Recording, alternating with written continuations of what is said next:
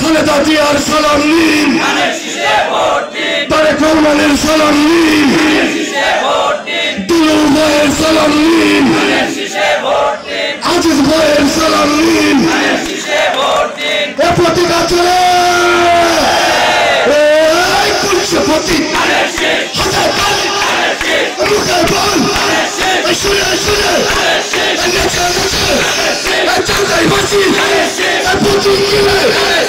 সবাই বলো সুন্দর মুখে রক্ত তুলে দাও। এরপরে গ্রামের নেতা আছে সেই নেতা সবার মুখে মুখে বল সবাই বলো সবাই মুখে লাগারে লাগা ধান লাগা লাগারে লাগা লাগারে লাগা লাগারে লাগা লাগারে লাগা। এ পর্যায়ে বক্তব্য রাখবেন আজকের অনুষ্ঠানের মধ্যমণি, আজকের অনুষ্ঠানের প্রধান অতিথি। আপনারা যারা বক্তব্য শোনার জন্য অধীর আগ্রহে আছেন সেই আমাদের প্রিয় নেতা জনাব আলহাজ আব্দুল আজিজ ভাই, জনাব আলহাজ আব্দুল আজিজ ভাই।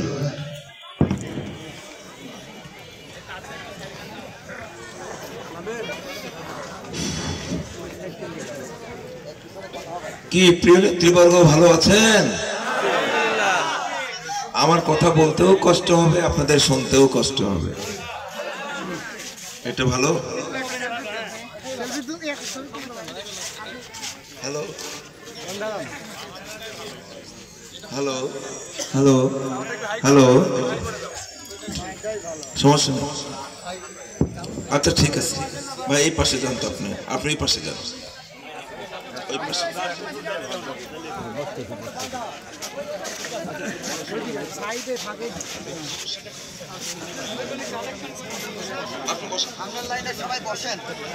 সব বসেন, পিছনে লোক আছে তো বসেন, আপনাদের তো দেখাই যাচ্ছে তো।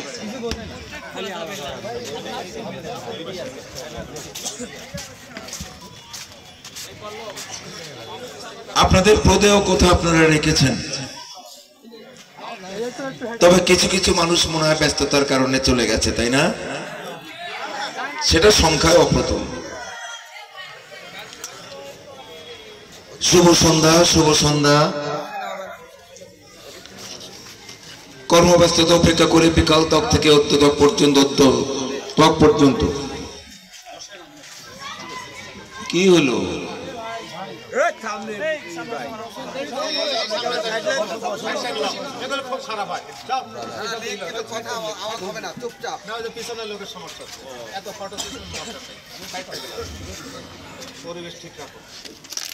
অত্যতক পর্যন্ত ধৈর্যের সাথে বসে আছেন, আপনাদের আন্তরিক ধন্যবাদ জানাই। স্বাধীনতা সার্বভৌমত্ব রক্ষার অত্যন্ত প্রহরী আমাদের প্রিয় নেত্রী, দেশ নেত্রী, আপসের নেত্রী, বাংলাদেশের তিনবারের প্রধানমন্ত্রী, বাংলাদেশের 18 কোটি মানুষের হৃদয়ের স্পন্দন, বিগত ফ্যাসিস্ট সরকারের অন্যায় অত্যাচার জুলুম নির্যাতন বুকে ধারণ করে কারা নির্যাতিত হয়ে স্বামীর হাতে গড়া সংগঠন বাংলাদেশ জাতীয়তাবাদী দল বুকে ধারণ করে রেখেছিলেন। সেই বিএনপি চান্দা ইউনিয়ন শাখার উদ্যোগে আয়োজিত সহযোগী সংগঠন, অঙ্গ সংগঠনও আছে। আজকের এই সুন্দর সুশৃঙ্খল উৎসবমুখর পরিবেশে গত 3 তারিখে আমাদের প্রিয় নেতা, যাকে নিয়ে আমরা বাংলাদেশের মানুষ স্বপ্ন দেখি, আমরা কিন্তু তারেক রহমানকে নিয়ে সেই স্বপ্ন দেখি না।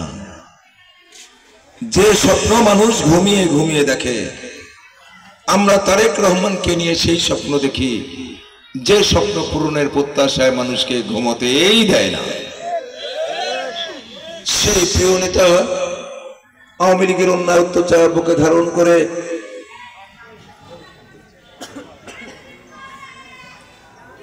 তার বাবার হাতে গড়া প্রিয় সংগঠন,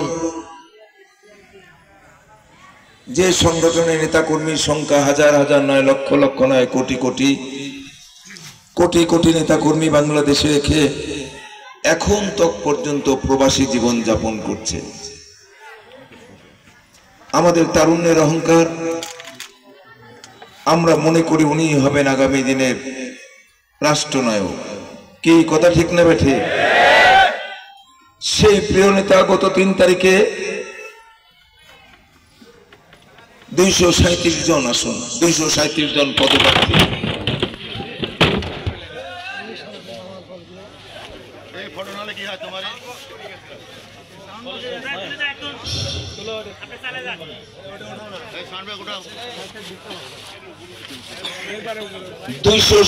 জন প্রার্থীর নামের তালিকা ঘোষণা করে দিয়েছেন। সেই তালিকার মধ্যে গুদাসপুর বড়াইগ্রাম, নাটোর 4 আসন, নাটোর 4 আসন আপনাদের এই সন্তানকে তালিকাভুক্ত করেছেন। সে নেতাকে ধন্যবাদ দেওয়া উচিত কিনা? আমার নামের তালিকা ঘোষণা করার পরে আমার প্রিয় সংগঠনের একেবারেই সংখ্যালঘু কিছু নেতাকর্মী মন খারাপ করেছে। শুধু কি তারা মন খারাপ করেছে? আর একটা সংগঠন কিন্তু তার চেয়ে বেশি মন খারাপ করেছে। ওই সংগঠন মনে করেছিল যে আজিজ সাহেবকে মনোনয়ন না দিয়ে যদি সলিমুদ্দি কলিমুদ্দিকে দেওয়া যায় তাহলে তাদের বেশি সুবিধা হয়। আমার প্রিয় সংগঠনের মনোনয়ন প্রত্যাশী অনেক নেতা ছিলেন যারা এখানে ওখানে এ যাবৎ পর্যন্ত বলি আউড়িয়েছেন, দল করতে হবে না, টাকা আছে, টাকা দিয়ে মনোনয়ন কিনে নিয়ে আসব। তারেক সাহেব প্রমাণ করে দিয়েছেন বাংলাদেশের মধ্যে সবচেয়ে জনপ্রিয় দল বাংলাদেশ জাতীয়তাবাদী দল, সুশৃঙ্খল দল বাংলাদেশ জাতীয়তাবাদী দল, জাতীয়তাবাদী দল যার যোগ্যতা আছে তাকে মনোনয়ন দেয়, টাকা দিয়ে মনোনয়ন বাণিজ্য বাংলাদেশ জাতীয়তাবাদী দল করে না। প্রিয় নেতা 5 স্তরে সারাশি অভিযান চালিয়েছে, প্রত্যেকটা আসনে, নাটোর 4 আসন সহ যাচাই বাছাই করে দেখেছেন কোন প্রার্থীর হাতে ধানের শীষের প্রতীক তুলে দিলে আমার প্রতীক হবে নিরাপদ, কোন প্রার্থীর হাতে প্রতীক তুলে দিলে বিজয় ছিনিয়ে নিয়ে আসবে। নানাভাবে তদন্ত সাপেক্ষে নাটোরে 3টা আসনে 3টা আসনের প্রার্থী ঘোষণা করেছেন। লালপুর বাগাতিপাড়া আমাদের পরম শ্রদ্ধেয় নেতা পটল সাহেবের কন্যা পুতুল, আর আমাদের প্রিয় নেতা নাটোর 2 আসনে রুহুল কুদ্দুস তালুকদার দুলু। আর নাটোর 4 আসন তো আপনারা জানেন। প্রিয় নেতা আমাদের সম্মান দেখিয়েছেন গুদাসপুর বড়াই গ্রামের মানুষ। গুদাসপুর বড়াই গ্রামের মানুষ যেটা প্রত্যাশা করতেছিল সেটাই দিয়েছেন, নাকি কোনো ব্যতিক্রম? ব্যতিক্রম না। সেই নেতাকে আমরা জোরে একটা করতালি দিয়ে আন্তরিকভাবে ধন্যবাদ জানাতে চাই,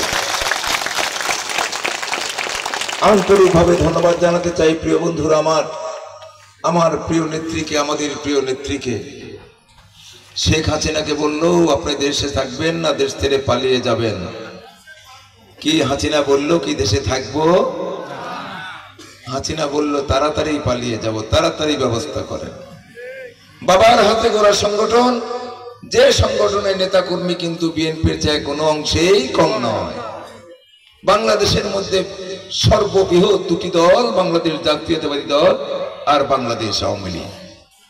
লক্ষ কোটি কোটি নেতা কর্মী ভূমধ্য সাগরের মধ্যে ফেলে শেখ হাসিনা গঙ্গা পাড়ি দিয়ে ইন্ডিয়া চলে গেল, বিদেশ বিহয়ে চলে গেল, স্বজাতির কাছে ফিরে গেল, স্বজাতির কাছে ফিরে গেছে।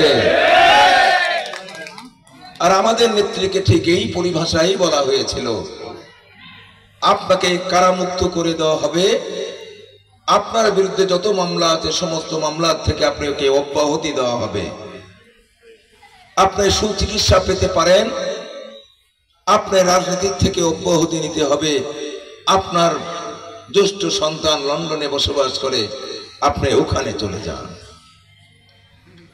আমার নেত্রী 85 বছর বয়স, বয়স কি কম? ইচ্ছা করলে সন্তানের কাছে গিয়ে বাকি জীবনটা আরাম আয়েশেই কাটাতে পারতেন। গত 27 তারিখে আমার প্রিয় নেতা তারেক রহমান আমাদের রাজশাহী বিভাগের সমস্ত মনোনয়ন প্রত্যাশীদের ডেকে নিয়ে বললেন, আমার প্রিয় সংগঠন বাংলাদেশ জাতীয়তাবাদী দলের নেতা কর্মীরা যত সংখ্যা আছে অন্তত একটা বারের জন্য হলেও সারাদিনে একবার একটা মানুষকে স্মরণ করেন, সেটা হচ্ছে খালেদা জিয়া। সেই মানুষ সেদিন এই সরকারের ফ্যাসিস্ট সরকার, দাবেদার সরকার, ভোটবিহীন সরকার, নিশিরাতের সরকারের এই প্রস্তাবনার প্রত্যাখ্যান করে বলেছিলেন, আমার স্বামীর হাতে গড়া সংগঠন, যে সংগঠনের নেতা কর্মী কোটি কোটি কোটি ছড়িয়ে ছিটিয়ে আছে বাংলাদেশের টেকনাফ থেকে তেতুলিয়া আর রূপসা থেকে পাথুরিয়া, সমস্ত নেতা কর্মীর সঙ্গে আমার হৃদয়ের সম্পর্ক, আত্মিক সম্পর্ক। এই দেশে হয়েছে আমার জন্ম, এই দেশেই হবে আমার মৃত্যু। আমি এই লক্ষ কোটি সন্তানকে ভূমধ্য সাগরের মধ্যে রেখে আমি খালেদা জিয়া পালিয়ে যেতে পারি? পালিয়ে যাইনি। যদি পালিয়ে যেত হাসিনার মতো, তাহলে আওয়ামী লীগের যে দুর্দশা হয়েছে বিএনপিরও সেই অবস্থা হতো। আজকে একমাত্র খালেদা জিয়ার জন্য বাংলাদেশ জাতীয়তাবাদী দল জাগ্রত আছে। বাংলাদেশের যেখানে যাবেন সেখানেই দেখবেন বাংলাদেশের জাতীয়তাবাদী দল, যুব দল, ছাত্র দল, স্বেচ্ছাসেবক দল, শ্রমিক দল, ওলামা দল, যত অঙ্গ সংগঠনের নেতা কর্মী আছে, যেখানে পা দেবেন সেখানেই খুঁজে পাওয়া যাবে। কিন্তু হাসিনা পালিয়ে যাওয়ার পর আওয়ামী লীগকে কি আর খুঁজে পাওয়া যায়? আপনার ছোট্ট নাতি, ছোট্ট সোনামণি যদি আপনার কাছে বলে, দাদু একটা চকলেট কিনে নিয়ে এসে দাও, আমার হাবিব ভাই তো নাতিকে খুব ভালোবাসে, দৌড়াতে দৌড়াতে বাজারে চলে আসবে। আমার নাতি চকলেট চেয়েছে, না দিলে কি হয়? খুশি করার জন্য। ওই আদরের নাতি যদি একটা বার যদি বলে, দাদু আমাকে একটা মুজিব কোট এনে দাও, ওই নাতিকে যতই ভালোবাসুক না কেন, বাংলাদেশের টেকনাফ থেকে তেতুলিয়া, রূপসা থেকে পাথুরিয়া, বাংলাদেশের ভৌগোলিক সীমারেখার মধ্যে 18 কোটি মানুষের মধ্যে সারাশি অভিযান চালিয়েও একটা মুজিব কোট খুঁজে পাওয়া এই অবস্থা আওয়ামী লীগের। অথচ বিএনপি যে অবস্থা, এর জন্য সমস্ত কৃতিত্বের অধিকারী হচ্ছে খালেদা জিয়া। কি কথা ঠিক না বেশি? সেই খালেদা জিয়া আমাদের মা অসুস্থ হয়ে আছে, তার সুস্থতা কামনা করি এবং তাকে আমরা জোরে একটা করতালি দিয়ে আন্তরিকভাবে ধন্যবাদ জানাই। প্রিয় বন্ধুরা, আমার অনেকগুলো প্রোগ্রাম আছে, আমি কথা বাড়াবো না। আজকে আপনাদের সামনে আমি নতুন পরিচয়ে দাঁড়িয়েছি। 3 তারিখের পূর্বেও আমি ছিলাম একজন মনোনয়ন প্রত্যাশী। বাংলাদেশের মধ্যে সর্ববৃহৎ দল, সেই দলের থেকে মনোনয়ন পাওয়া কি সহজ ব্যাপার? সহজ ব্যাপার না। কোটি কোটি নেতা কর্মীর ভিতর থেকে 300 জন মানুষকে বেছে নিবে, সেই 300 জনের মধ্যে তালিকাভুক্ত হওয়া এটা ভাগ্যের ব্যাপার। আমি মনে করি আপনারা এই সৌভাগ্যবান ব্যক্তি হিসেবে আমাকে নিয়োজিত করেছেন, কারণ 5 স্তরে সারাশি অভিযান চালিয়েছে। কখন কোন জায়গায় 4 স্তরায় বসে আছে, কোন মানুষ এসে আপনাদের কাছে তথ্য সংগ্রহ করছে আপনারা বুঝতেই পারেন না। একবারে রুহাই থেকে রাজাপুর পর্যন্ত হাটে মাঠে গঞ্জে বাজারে পাড়ায় মহল্লায় প্রতিটা জায়গায় সারাশি অভিযান চালিয়েছে। কোন প্রার্থীর হাতে ধানের শীষ তুলে দিলে সেই প্রার্থী বিজয়ী হবে। রুহাই থেকে রাজাপুরের সর্বস্তরের মানুষ যে সিদ্ধান্ত দিয়েছেন সেই সিদ্ধান্তেরই প্রতিফলন ঘটিয়ে দিয়েছে আমার প্রিয় নেতা। উনি মনে করেছিলেন যে আজিজ চেয়ারম্যানকে দিলেই নির্বাচনে জিতিয়ে নিয়ে আসা যাবে। আমাকে 12 তারিখে উনি টেলিফোনে বলেছেন, নিজের দলের মধ্যে যা বাদ বিসম্বাদ আছে মিটিয়ে নিন, নির্বাচনের জন্য প্রস্তুত হন। একটা সংগঠন বাংলাদেশে আছে যার সংখ্যা একেবারে বেসুমার, তারা এবার নির্বাচনে আসবে না, নির্বাচনে যাওয়ার তাদের কোনো সুযোগ নেই। যারা ক্ষতি করেছে দেশকে নিয়ে ষড়যন্ত্র করেছে, দেশের অর্থ সম্পদ লোপাট করে বিদেশ বিভুঁয়ে বাড়ি করেছে, সুইস ব্যাংকে টাকা জমা রেখেছে, চিহ্নিত সন্ত্রাসী যারা, তাদেরকে ব্যতি রেখে সাধারণ ভোটার যারা আছে তাদেরকে ধরে নিতে হবে। আমার কথা বুঝতে পেরেছেন? যারা ভোটের দিন ভোট দেয়, প্রতীককে ভালোবাসে, প্রতীকের নেতাকে ভালোবাসে, ভোট দেওয়ার পরেই কর্মব্যস্ততায় চলে যায়, তাদের সংখ্যা কি কম? সন্ত্রাসীর সংখ্যাই কম। আপনার চান্দা ইউনিয়নে আমার হাবিব ভাইকে যদি বলি, যারা দেশের ক্ষতি করেছে, দেশের অর্থ সম্পদ লুপাট করে তোলাবিহীন দড়িতে পরিণত করেছে, যারা আমাদের সন্তানদের গুলি করে হত্যা করেছে, যারা আমাদের মায়ের বুক খালি করেছে, বাবার কোল খালি করেছে, আমাদের হাজার হাজার মা বোনকে সারা জীবনের জন্য বিধবা করে দিয়েছে, হাবিব ভাই রুটিন 7 ডেজের মধ্যে তাদের তালিকা দিয়ে দিন, দেখবেন যে 50 জনের বেশি নামেই আসবে না। কি কথা ঠিক না বেঠিক? এবং তারা দেশ ছেড়ে পালিয়ে যায়নি। যারা অন্যায় করেছে, আপনি রাস্তা দিয়ে হেঁটে যাবেন, পুলিশ দেখলেই আপনার ভয় হবে যদি আপনার ভিতরে কোনো অপরাধ থাকে। আর অপরাধ যদি না থাকে, পুলিশের পাশ দিয়ে বুক উঁচু করে চলে যাবেন, কোনো ভয় নাই। আজকে অন্য সংগঠন হলেও তারা কিন্তু আপনাদের আশেপাশেই, আপনাদের সমাজেই, আপনাদের প্রতিবেশী হিসাবেই একই মাঠেই পণ্য উৎপাদন করছেন। 100টা বছর তো কেটে গেছে নাকি? একই বাজারেই পণ্য কেনা বেচা করছেন, একই চার স্তরায় বসে চা খাচ্ছেন, কিন্তু উনি অন্য সংগঠনের, আপনি অন্য সংগঠনের। ওই সংগঠনের নেতা কর্মী কিছু পালিয়ে গেছে, যারা অপরাধ করেছে, যারা অপরাধ করেছে তারা কারারুদ্ধ হয়ে গেছে। কিছু অপরাধী আছে ইঁদুরের গর্তের মধ্যে পালিয়ে আছে, তাদের বিচারের দায়িত্ব অন্তর্বর্তীকালীন সরকারের, আমাদের দায়িত্ব নয়। বাংলাদেশের আইনি আদালত আছে, অন্তর্বর্তীকালীন সরকারের অধীনে তাদের বিচার হবে। অন্তর্বর্তীকালীন সরকারের মেয়াদ শেষ হয়ে যখন নির্বাচিত সরকার আসবে, নির্বাচিত সরকার আইনি আদালতে তাদের বিচার করবে। আমরা বিচার নিজে হাতে তুলে নিতে চাই না। আমরা ওইসব ভোটারদের কাছে গিয়ে, আমার নেতা বলেছেন, ওইসব ভোটারদের আপনারা বলুন, আগামী দিনে বিএনপি ক্ষমতায় যাবে, নাটোর 4 আসন আপনি যদি এমপি হন, তাহলে ওদের নিরাপত্তা নিশ্চিত করুন। ওরা নিরাপত্তা হারকিন দিয়ে খুঁজছে, কারণ ওরা জানে জামাত কখনো ক্ষমতায় যেতে পারবে না।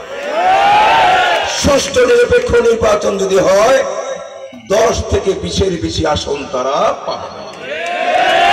বাংলাদেশের মানুষের কাছে ক্ষমতা এসেছে, বাংলাদেশের মানুষ কোষ্ঠী পাথরে ঘুষে একটা পাথরের খণ্ড নিয়ে যাবেন, লোহার খণ্ড নিয়ে যাবেন স্বর্ণকারের দোকানে, আর আপনি সোনার দামে বিক্রি করবেন। স্বর্ণকার কি এত বোকা? কোষ্ঠী পাথরে ঘুষবে, ঘুষার পরে ফেলে দিবে, এটা স্বর্ণ নয়। বাংলাদেশের মানুষের কাছে ভোট চাইতে যাবে, বাংলাদেশের প্রত্যেকটা দল, বাংলাদেশের মানুষ সজাগ। ভোট দিতে দিতে 54 বছর তাদের জীবন থেকে ঝরে গেছে। কোষ্ঠী পাথরে ঘুষে যাকে ভোট দেওয়া দরকার তাকেই দিবে। সন্তান জন্ম দিবেন না, অথচ সন্তানের বাবা হতে চান, এটা কি হয়? এটা হয় না। আপনি বলবেন যে সন্তান আমার, অধিকার চান। আপনার সন্তান লেখাপড়া করে বড় হয়েছে, বড় অফিসার হয়েছে, অনেক কিছু হয়ে গেছে, ওর সন্তান তো আপনি জন্মই দেন। কি বাংলাদেশকে তারা জন্ম দিয়েছে? জন্ম দেয়নি তো। আমাদের মা বোনদের ধরে ধরে নিয়ে সেই পাকিস্তানি হানাদার বাহিনীদের মনোরঞ্জনের জন্য তুলে দিয়েছে। 2,59,000 মা বোনের ইজ্জত ভুলণ্ঠিত করেছে। অনেক মা বোন নিজের ইজ্জত বিকিয়ে যাওয়ার জন্য আত্মহত্যা পর্যন্ত করেছে। এগুলি করেছে কারা? ওরা তো বাংলাদেশই চায়নি। তাহলে সেই বাংলাদেশ পরিচালনা করার জন্য সরকার হওয়ার স্বপ্ন তোমরা কিভাবে দেখো?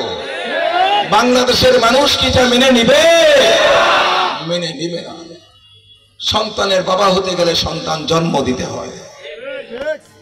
আপনার সংগঠনের মধ্যে একটা মুক্তিযোদ্ধা দেখান। আর বাংলাদেশের মধ্যে সবচেয়ে প্রিয় সংগঠন বাংলাদেশ জাতীয়তাবাদী দল। যে জাতীয়তাবাদী দল রক্তকণা দিয়ে সৃষ্টি করেছেন আমাদের শহীদ প্রেসিডেন্ট জিয়াউর রহমান, সেই শহীদ প্রেসিডেন্ট জিয়াউর রহমান বাংলাদেশের স্বাধীনতার ঘোষক, বীর মুক্তিযোদ্ধা। আপনার সংগঠনের মধ্যে একটা মুক্তিযোদ্ধাও দেখাতে পারবেন না, বরঞ্চ আপনারা বাংলাদেশের রাষ্ট্রদ্রোহিতার কাজ করেছেন, যার কারণে আসামির কাঠগড়া দান করিয়ে বিচারের মুখোমুখি হয়েছে। প্রিয় বন্ধুরা আমার, সজাগ থাকবেন। জাগিল ঘর চোরে যায় না। কোন চোর যদি কোনো বাড়ি চুরি করতে চায়, তাহলে রাতের গভীরে অন্ধকারে সেই বাড়িতে গিয়ে কানটা ওয়ালের সঙ্গে লাগিয়ে দেয়। যদি দেখে যে বাড়িওয়ালা জায়গা আছে, তাহলে কি চুরি করবে? সিঁদও কাটবে না, চুরিও করবে না। আর যদি দেখে অঘোর ঘুমে ঘুমাচ্ছে, শীত কেটে সমস্ত মালামাল চুরি করে নিয়ে যাবে। 17 বছর আন্দোলন করেছেন প্রিয় বন্ধু আমার প্রিয় নেতার নেতৃত্বে। আমাদের আন্দোলন আলোর মুখ দেখেছে, ফ্যাসিস্ট সরকারের পতন হয়ে গেছে। এখন আন্দোলন করার পর স্বাধীনতা সার্বভৌমত্ব সুরক্ষা হয়ে গেছে, মুখ থুবড়ে পড়া গণতন্ত্র পুনঃপ্রতিষ্ঠিত হয়ে গেছে। আমাদের লাল সবুজের পতাকা এখন বাংলাদেশের জমিনে এক সাগর রক্তের দামে কানা, আমাদের হৃৎপিণ্ড, আমাদের পরিচিতি। এক খণ্ড কাপড় নিয়ে লাল সবুজের পতাকা নিয়ে গোটা পৃথিবী ঘুরবেন, যেখানে যাবেন ওই পতাকা দেখলেই বলবে এটা বাংলাদেশ। কাপড়ের দাম কিন্তু বেশি নয়, কিন্তু আপনার দেশের পরিচিতি, আপনার পরিচিতি। এই লাল সবুজের পতাকা আমরা ভেবেছিলাম এই ফ্যাসিস্ট সরকারের দুঃশাসন দেশে সৃষ্টি করেছিল অস্থির উত্তপ্ত রাজনৈতিক পরিবেশ, দুর্বল অর্থনীতি, অবক্ষয়মান সামাজিক মূল্যবোধ, সমাজের অশুভ শক্তি, সর্বগ্রাসী প্রভাব, আমলাতান্ত্রিক লাল ফিতার দৌরাত্ম্য, সব মিলে সুজলা সুফলা শস্য শ্যামলা রূপ লাবণ্যের লীলাভূমি বাংলাদেশ, সেই বাংলাদেশ, শান্ত বাংলাদেশকে তারা একেবারে অশান্ত করে তুলেছিল। স্বাধীনতা সার্বভৌমত্ব হুমকির সম্মুখীন বাংলাদেশের আনাচে কানাচে পথে প্রান্তরে শহর বাজার গঞ্জে গণতন্ত্র মুখ থুবড়ে পড়ে আছে। এই বাজারে 5 জন মানুষ বসে চা খেতে পারতো না, আলাপচারিতা করতে পারতো না। পেরেছে কি? তাই তো জ্ঞানী মহিষীরা বলেছেন, নড়া যাবে না, চড়া যাবে না, বলা যাবে না কথা, রক্ত দিয়ে কিনলাম শালার গুণ স্বাধীনতা। এক সাগর রক্তের বিনিময়ে কেনা সেই দেশে 5 জন মানুষ তার রাজনৈতিক আলোচনা, সামাজিক আলোচনা, পারিবারিক আলোচনা বসে করা যায় না। আমরা উত্তরোত্তর হয়েছি, আমরা ওটা উত্তরণ করেছি, কিন্তু আমাদের গণতন্ত্রের সূচনা কিন্তু এখনো শুরু হয়নি। গণতন্ত্রের সূচনা শুরু হবে হচ্ছে মুখ থুবড়ে পড়া গণতন্ত্র, যেটা আমরা রক্ত দিয়ে কিনেছি। আবু সাইদের মায়া কোনো ডুকরে ডুকরে কাঁদে। আবু সাইদ বুক পেতে দিয়েছিল, গুলি কর, গুলি কর। আবু সাইদ 18 কোটি মানুষের আস্থা নিয়ে, বিশ্বাস নিয়ে বুক পেতে দিয়েছিল। উনি ভেবেছিল আমার সামনে যে পুলিশ দাঁড়িয়ে আছে, ও পুলিশ আমার বেতনভুক্ত কর্মচারী, আর হাতে যে বন্দুক আছে ও বন্দুক আমাদের টাকার কেনা, ওই বন্দুকের মধ্যে যে গুলি আছে ও গুলি বাংলাদেশের মানুষের টাকার কেনা। আমি যতই বুক পেতে দেই না কেন, ও গুলি করতে পারে না। কিন্তু গুলি তো করেছিল নাকি? আমাদের টাকার কেনা গুলি, আমাদের টাকার কেনা বন্দুক, আর আমাদের বেতনভুক্ত কর্মচারী এই ফ্যাসিস্ট সরকারের নির্দেশনায় বুক ঝাঁঝরা করে দিয়েছে। বুকের তাজা টাটকা রক্ত বাংলাদেশের সবুজ শ্যামল চত্বর লালে লাল হয়ে গেছে। তার বিনিময়ে পেয়েছি আমরা গণতন্ত্র। সেই গণতন্ত্রের সূচনা হবে আগামী 26 সালে ফেব্রুয়ারির প্রথমার্ধে। সুষ্ঠু নিরপেক্ষ নির্বাচন করে জনগণ তাকে চাইবে, সেই দল সরকার গঠন করবে। জনগণ যদি বিএনপিকে প্রত্যাখ্যান করে, আমরা হাসি মুখে মেনে নিব। যেমনটা দেখেন না, গত তারিখে আমার মনোনয়ন যখন ডিক্লারেশন দিয়ে দিয়েছে, কিছু মানুষ আনন্দে উল্লসিত হয়েছে। মনোনয়ন প্রত্যাশী জন গমেজ আমাকে ফোন করেছে আধা ঘন্টা পর, বলেছে দাদা অভিনন্দন, অভিনন্দন, আপনি নির্বাচন কার্য চালিয়ে যান। জন গমেজকে একটা হাততালি দিবেন না? জন গমেজ বলেছে আমি আসবো এলাকায়, আমার খ্রিস্টান সম্প্রদায় আছে, তাদের কাছে বসতে হবে। এটাই তো নিয়ম। আগামী দিনে যদি বিএনপিকে বাংলাদেশের মানুষ প্রত্যাখ্যান করে, আমরা ফুলের মালা দিয়ে তাদের বরণ করে নিব। আর যদি বিএনপিকে যদি সরকার গঠনের সুযোগ দেয়, তাহলে বিএনপি ক্ষমতার মসনদে গিয়ে দেশ পরিচালনা করবে। আমার প্রিয় নেতা দেশ কিভাবে পরিচালিত হবে। বিধ্বস্ত বাংলাদেশ তলাবিহীন ধুলিতে পরিণত হয়ে গেছে। 17 বছর আওয়ামী লীগ ছাড়া অন্য কোন দলের সন্তানদের কোনো চাকরি হয়নি। চাকরি হয়েছে? চাকরি হয়নি। আমার প্রিয় নেতা 31 দফা কর্মসূচির মধ্যে তুলে ধরেছেন, মেধা তালিকায় সে যে দলই করুক না কেন, মেধা তালিকা তাদের চাকরি হবে। সে যে দলই করুক না কেন, প্রত্যেক পরিবারে একটা করে কার্ড দেওয়া হবে, ইত্যাদি ইত্যাদি। বাংলাদেশটা কিভাবে বিনির্মাণ করা যাবে, একবারে ধসে পড়া বাংলাদেশ। যদি বিএনপিকে ক্ষমতার মসনদে নিয়ে যান, তাহলে 5টি বছর যদি 31 দফা কর্মসূচি বাস্তবায়ন করতে পারে, তাহলে বাংলাদেশ আর বাংলাদেশ থাকবে না, সোনার বাংলাদেশে পরিণত হয়ে যাবে। তাহলে এই সুযোগকে আমরা হাতছাড়া করব? করব। অন্যায়, অত্যাচার, জুলুম, নির্যাতন সইতে সইতে বুক পিঠ একেবারে ঝাঁঝরা হয়ে গেছে। প্রিয় বন্ধুরা, আমার ঐক্য নিয়ে আসতে হবে। আজকে আমি সকালেও এসেছিলাম আপনার নগরে, 2টি গ্রুপে বিভক্ত। ওনাদের সাথে কথা হয়েছে, ওনারা আজকে এখানে এসেছেন, ওনাদেরকে আন্তরিকভাবে ধন্যবাদ জানাতে চাই। এখন একটা রোগী ডাক্তারের কাছে গেছে, ডাক্তার বলছে যে মলম লাগাও, মলম দিয়েছে, লিখে দিয়েছে। তো ও রোগী বলছে সর্ব শরীরেই ব্যথা, ওষুধ লাগাবো কোথা? আমার দলের অবস্থা তো তাই। এই দেখেন আজকের প্রোগ্রাম, আমাকে অনেকেই ফোন করেছে। আমার হাবিব ভাই বক্তব্যের পরিভাষা বলেও দিয়েছেন, এখনো কি অভিমান শেষ হয়নি? একটা চোর একটা চুরি করতে গেছে একটা বাসায়, বাড়ির মালিক বর্ণনা করতেছে, বাড়ির মালিককে জিজ্ঞাসা করছে কি সমস্যা? বাড়ির মালিক বলছে আপনি কি বুঝতে পারেননি আপনার বাড়ির মালামাল সব চুরি হয়ে গেল? বললো হ্যাঁ আমি জায়গা ছিলাম তো। বললো তাহলে চুরি হলো কি করে? বললো আমি দেখলাম চোর আসলো, শীত কাটলো, আমি দেখলাম, দেখি কি করে। তারপরে শীত কেটে ঘরের মধ্যে ঢুকলো, তখনও আমি ভাবতেছি দেখি কি করে, এরপরে কি করে। তারপরে প্রথমে এসে দরজা খুলে দিল, বলে তখন আপনি কি করলেন? তখনও ভাবতেছি দেখি কি করে। তারপরে সমস্ত মালামাল পোটলা করে, সোনা দানা টাকা পয়সা যা আছে সব পোটলা করে বাঁধলো। বলে তখন কি করলেন? তখন বলে যে দেখি কি করে। তারপরে মালামাল পোটলা করে বেঁধে দরজা দিয়ে বের করে নিয়ে চলে গেল। তখন আমার জ্ঞান ফিরল, যখন চলে গেল তখন আমার মনে হলো যে তাকে তো ধরা উচিত ছিল। প্রিয় ভাইরা আমার, দীর্ঘদিন তত পাখির মতো চেয়ে থেকেছেন, কোটি কোটি টাকা দিয়ে মনোনয়ন বাণিজ্য করবেন এই প্রত্যাশায় ছিলেন। কোনদিন দেখেন এই আন্দোলন সংগ্রামে মনোনয়ন নেতা দিয়ে দিয়েছেন। যদি দলকে ভালোবাসেন, দলের প্রতি যদি সম্মান শ্রদ্ধা থাকে, তাহলে আমাকে অভিনন্দন না, তারেক সাহেবকে অভিনন্দন জানা। এখনো ভাবছেন দেখি কি করে নাকি? এই ভাবনা ভাবলে হবে না। এবার যদি নির্বাচনের সঙ্গে যদি পার্টিসিপেট না করেন, নেতা বলে দিয়েছেন এবারকার নির্বাচন হবে চ্যালেঞ্জের নির্বাচন, বিএনপির অস্তিত্বের নির্বাচন। আমার নেতা আজকে 17টা বছর ধরে সমস্ত নেতাকর্মী বাংলাদেশের এখনো পরবাসী জীবন যাপন করছে। আমাদের এই নির্বাচনের উপর নেতা দেশে আসবে কি আসবে না সেটা নির্ভর করে। এখনো ভাবছেন দেখি কি করে নাকি? তাহলে আজকে তো আমরা যদি এখানে যারা ছিলাম, আমরা যদি ঐক্যবদ্ধ থাকতাম, হাবিব ভাইয়ের নেতৃত্বে যে মাঠ ভরে দিয়েছেন, আমরা যদি ঐক্যবদ্ধ থাকতাম, তাহলে এরকম 2-3টা মাঠ লাগতো। কোন স্বপ্নে বিভোর হয়ে আছে? মনোনয়ন পরিবর্তন হবে, মনোনয়ন দেওয়া হয়েছে আমি খুশি হইনি, কোনো যায় আসে না। সিদ্ধান্ত সিদ্ধান্ত।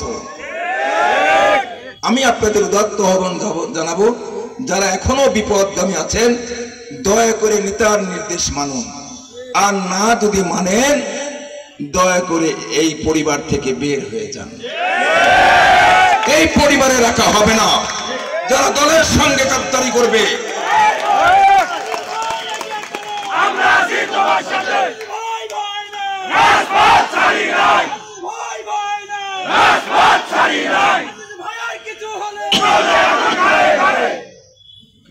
প্রিয় বন্ধুরা আমার, এই দল করতে গিয়ে শরীরের ঘাম ঝরিয়েছি, রক্ত ঝরিয়েছি, মৃত্যুর মুখোমুখি হয়েছি। বিআরবি হসপিটালে ভর্তি হয়েছিলাম। আমার প্রিয় সংগঠনের মহাসচিব আমাকে দেখতে গিয়েছিলেন। আমার কর্তব্যরত ডাক্তার বলেছিলেন, মাথার আঘাতটা সবচেয়ে মারাত্মক, এখানে একটা পুকুর হয়ে আছে, হাড় ভেঙে ভেতরে চলে গেছে, আর এক ব্লেড পরিমাণ যদি যেত তাহলে নেতাকে বাঁচানো যেত না। কিন্তু আন্দোলন সংগ্রাম থেকে তো আমি সরে যাইনি। আমি মনে করি আমি পরিশ্রম করেছি, আমার পরিশ্রমের মজুরি তুলে দিয়েছেন আমার নেতা। পরিশ্রম করুন, যখন আপনার পরিশ্রমও নেতা পছন্দ করবে তখন মনোনয়ন আবার আপনার হাতেই তুলে দেবে। আপনার বাবার নির্বাচন আমরা করেছি, বারবার করেছি। আপনার বাবাকে যখন মনোনয়ন দেওয়া হলো না, মনোনয়ন তো আপনার বাবার এবং আপনার পরিবারের জন্য একেবারে নির্ধারিত না। কি নির্ধারিত? বৃহৎ সংগঠন, অনেক যোগ্য নেতা আছে, আপনারাও অত্যন্ত যোগ্য। এবার হয়নি তো কি হয়েছে, সামনে বার পাবেন। দলের জন্য কাজ করেন। আপনার বাবাকে মনোনয়ন যখন দেওয়া হলো না, তখন আপনার বাবা দলের সঙ্গে বিদ্রোহী হয়ে স্বতন্ত্র প্রার্থী হয়ে নির্বাচন করেছে। আজিজ চেয়ারম্যান এখানে নির্বাচন করলে 2 লক্ষ ভোট পাবে। আজিজ চেয়ারম্যান যদি দলের টিকিট না নিয়ে এখানে নির্বাচন করে 200 ভোট পড়বে না। আজিজ চেয়ারম্যানের জনপ্রিয়তা দল দিয়ে, এই দলের সার্টিফিকেট আছে, দলের ভিতরে আছি জন্য আজিজ চেয়ারম্যানের জনপ্রিয়তা আছে। দল থেকে আজকে বের হয়ে যাব, আর কেউ মূল্যায়ন করবে না। একটাবার নির্বাচন করে দেখুন না স্বতন্ত্র প্রার্থী হয়ে। আমরা তো ধানের শীষের প্রতীক নিয়ে কোনোদিনই নির্বাচন করিনি। গতবার করেছিলাম, নির্বাচন বৈতরণী পাড়ি দিতেই পারিনি। আমি ধারাবাহিক সেই নয় বারবার চেয়ারম্যান হয়েছি, প্রতীক আমার ধানের শীষ ছিল না, ব্যক্তি পরিচয়। উপজেলা নির্বাচন করেছি ব্যক্তি পরিচয়। 96 সালে নির্বাচনে আওয়ামী লীগের অন্যায়, অত্যাচার, জুলুম, নির্যাতন বুকে নিয়ে একেবারে 1-1.5 বছর বাড়ি ছাড়া পালিয়েছিলাম। নির্বাচন আসলো, মনোনয়ন পত্র গোপনে জমা দিলাম। গোটা উপজেলা ব্যারিকেড করে দিয়েছে, একটা মাস যেতে পারিনি, এলাকা থেকে বিচ্ছিন্ন। মানুষ শুধু জানতো আমার প্রতীক ছাতা, একটা প্রতীকেও আমি টাঙাতে পারিনি। সন্ধ্যার সময় রেজাল্ট আসলো, 2601 ভোটের ব্যবধানে আমি চেয়ারম্যান হয়ে গেছি। একটু ব্যক্তিত্ব লাগেই তো, নাকি? জনপ্রিয়তা লাগে তো। তো প্রিয় নেতৃবর্গ, আমি আপনাদের কাছে বলি, যারা একটু আঁকা বাঁকা আছে তাদেরকে হাতে ধরে পায়ে ধরে বলি, দল বড় দুর্দিনে আছে, দুঃসময় আছে, চ্যালেঞ্জের মুখে আছে। আপনারা সব ভুল ভ্রান্তি উপেক্ষা করে এক কাতারে আসেন, আমরা এককভাবে এই নির্বাচনী বৈতরণী পাড়ি দিই। এটা বড় নির্বাচন, কঠিন নির্বাচন। এই নির্বাচনের জন্য মন খারাপ করে থাকবেন না। তারেক সাহেব তো সেদিনই বলেইছেন, রাজশাহী বিভাগে আপনারা 250 নেতা এসেছেন, আমি শুধু 39 জনকে মনোনয়ন দিতে পারবো, 40 জন কেউ না। তাহলে আমি যাকে মনোনয়ন দিব আপনারা তারই নির্বাচন করবেন। এটাই করা দরকার। আমি বিশ্বাস রাখি, নেতা কর্মী সমর্থক যে যেখানেই মন খারাপ করে আছে, আমার বিশ্বাস সবাই ভালো থাকবেন, সুখে থাকবেন, শান্তিতে থাকবেন। আপনাদের জীবন বসন্ত কোনো ফুলের না বিকশিত হোক, বর্ষার জলশাসনায় পরিপূর্ণ হোক, আর হেমন্তের সমানে আমিন। বাংলাদেশ জিন্দাবাদ, বাংলাদেশ।